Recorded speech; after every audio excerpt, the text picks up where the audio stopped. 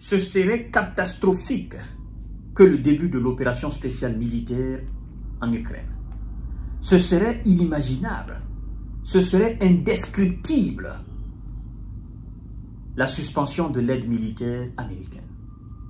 Oleksiy Kovalenko, c'est le commandant de l'unité de la défense aérienne de l'Odessa. Odessa, le sud de l'Ukraine. Si les États-Unis d'Amérique suspendent effectivement, ils ont annoncé, mais s'ils suspendent effectivement leur aide, c'est terminé pour nous les Ukrainiens. Ce n'est pas moi qui le dis, c'est ce commandant-là. C'est pourquoi j'ai fait la capture. Je n'invente absolument rien. Oleksiy Kovalenko. Aujourd'hui, il y a même des militaires qui disent tout simplement que si les aides sont suspendues, eux, ils vont déposer les armes. Parce que ils vont se battre avec quoi? De la salive? Mais non. D'abord, nous sommes soutenus par les Américains. On nous bat sur le terrain. Maintenant, on dit que ce soutien-là est suspendu. Mais c'est du suicide maintenant, ceux qui iront sur le terrain pour faire face aux Russes. Imaginez, nous, les militaires ukrainiens, nous sommes aidés par les Américains avec des armes américaines, du matériel militaire américain, tout ce que vous connaissez. Malgré cette aide accrue des États-Unis d'Amérique, nous sommes battus sur le terrain. C'est nous qui sommes sur le reculoir. La Russie gagne. Elle nous chasse des territoires. Elle prend possession de ces territoires. Elle plante ces drapeaux-là. C'est humiliant pour nous. Mais nous sommes inefficaces. Nous sommes incapables. Parce que ils sont plus... En fait, on ne joue pas dans la même catégorie. Ils sont plus puissants que nous. Ça, c'est avec l'aide américaine. Maintenant, imaginez sans l'aide américaine. C'est quoi? Ça veut dire... Je crois que c'est d'ailleurs la raison pour laquelle M. Zelensky a immédiatement, il est immédiatement revenu à la raison en disant à M. Donald Trump, mon vieux, pardonne-moi, pardonne-moi, pardonne-moi, je reviens, c'est-à-dire tout ce que vous voulez, c'est ce que nous allons faire. Je me suis laissé emporter, mais j'ai les deux mains au dos. S'il vous plaît, pardonnez-moi. Pour l'amour de Dieu, pour l'amour du ciel, pardonnez-moi. Tout ce que vous voulez en Ukraine pour la paix, tout ce que vous voulez maintenant, tout ce que vous voulez dans ce dossier russo-occidental sur le territoire ukrainien, c'est ce qu'on va faire. Nous sommes derrière vous. C'est à vous maintenant la décision finale. En fait, M. Zelensky, je crois que les généraux de son armée lui ont dit, mon gars, ce que tu as fait là, c'est une bêtise. Ben, le stock là, ça va finir dans 2 mois ou dans 1 mois. Tu t'imagines?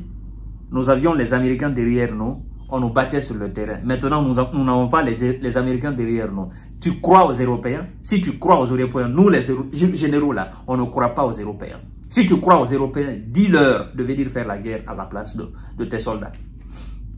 Alors, Oleksiy Kovalenko, il dit que ce serait pire qu'au début de l'opération spéciale militaire russe lancée en Ukraine en 2022. Il réagit à la fin de l'aide militaire, il réagit à la fin de l'aide militaire et des renseignements américains. Ça, voilà, c'est un entretien qu'il a accordé aux médias français qu'on appelle Le Monde. Oleksiy Kovalenko, commandant de l'unité de la défense aérienne de la région d'Odessa, affirme que cela engendrera plus de victimes militaires et civiles. Eh oui, la suspension de l'aide militaire américaine et du partage du renseignement à l'Ukraine, décrétée par les États-Unis, laisse craindre de graves répercussions sur la capacité du pays à se défendre contre les attaques aériennes russes dont l'intensité a brutalement augmenté depuis l'amorce de dialogue engagé entre le président américain Donald Trump et M. Vladimir Poutine. Entre les États-Unis donc et la Russie. Les forces de Moscou recourent de plus en plus à l'usage des drones kamikazes, Shahel.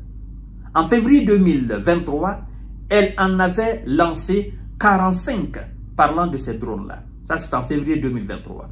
Ce commandant nous dit que, parce que lui, c'est le patron de l'unité, de cette unité au niveau de l'Odessa, il dit, les forces russes avaient lancé 47. Ça, c'est en février 2023. Elles avaient lancé 45 sur l'Ukraine. Puis 377 en février 2024. Donc, vous passez de 45 à 377 en février 2024. Et 3902 en février 2025. Ça n'a rien à voir. Donc, il monte en crescendo. Donc, on est passé de 45 à 377, maintenant à 3902. Et donc, si on ne met pas fin aux opérations, c'est-à-dire aux hostilités sur le terrain, qu'est-ce qui va se passer en février 2026? On va se retrouver dans les 10 000 alors. Maintenant qu'on nous dise aujourd'hui, ben, on ne va même pas atteindre le février 2026, parce que si les États-Unis suspendent et que les Ukrainiens disent, ok, vous avez suspendu, nous allons continuer, on ne va pas atteindre février 2026. La Russie va prendre toute l'Ukraine. Mais maintenant, comme ils disent qu'ils sont derrière M. Donald Trump, certainement que la Russie ne va pas prendre toute l'Ukraine, parce que les négociations vont effectivement, ne feront que se renforcer. Le dialogue ne fera que se renforcer, parce que la Russie et les États-Unis sont en train aussi de travailler pour le rétablissement, n'est-ce pas, des liens diplomatiques entre les deux grandes puissances de notre planète Terre. Ouais. Donc, en février 2025, selon les chiffres des forces armées ukrainiennes. Alors, ce commandant, lui, n'est pas du tout d'accord que les États-Unis d'Amérique suspendent. Il n'est pas du tout d'accord. Et il n'est pas du tout d'accord, il n'est pas du même avis que ceux qui pensent que les Ukrainiens peuvent croire aux Européens pour continuer les opérations. En fait, les commandants d'unité, les responsables militaires ukrainiens, ils ne sont pas fous.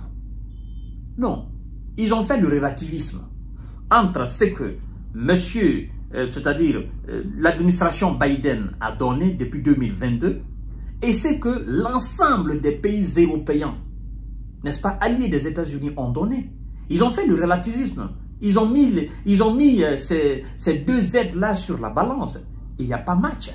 Les États-Unis sont de loin l'Union européenne. Sont de loin. C'est-à-dire l'aide américaine est à des années de lumière à l'aide européenne. Vous comprenez? Donc, ils se disent, ben, si l'Amérique se retire, nous, on est cuit, c'est terminé. C'est fini pour nous. Mais c'est fini. La Russie va seulement ravager et passer.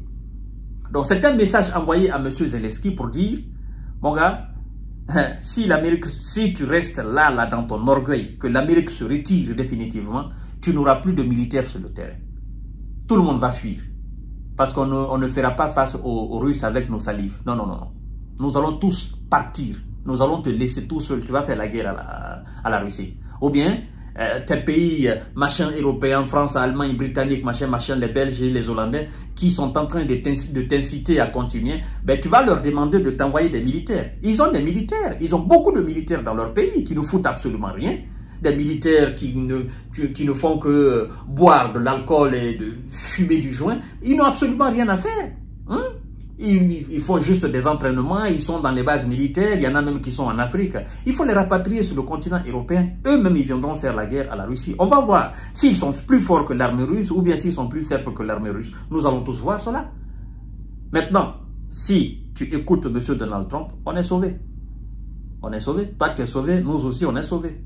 C'est aussi simple que ça. Voilà, mesdames et messieurs et mesdemoiselles, la réalité sur le terrain après l'annonce de la suspension de l'aide militaire américaine et la suspension aussi du renseignement américain à l'endroit de l'Ukraine. Je vous reviens tout à l'heure pour une nouvelle série d'informations de décortiquage. Merci beaucoup.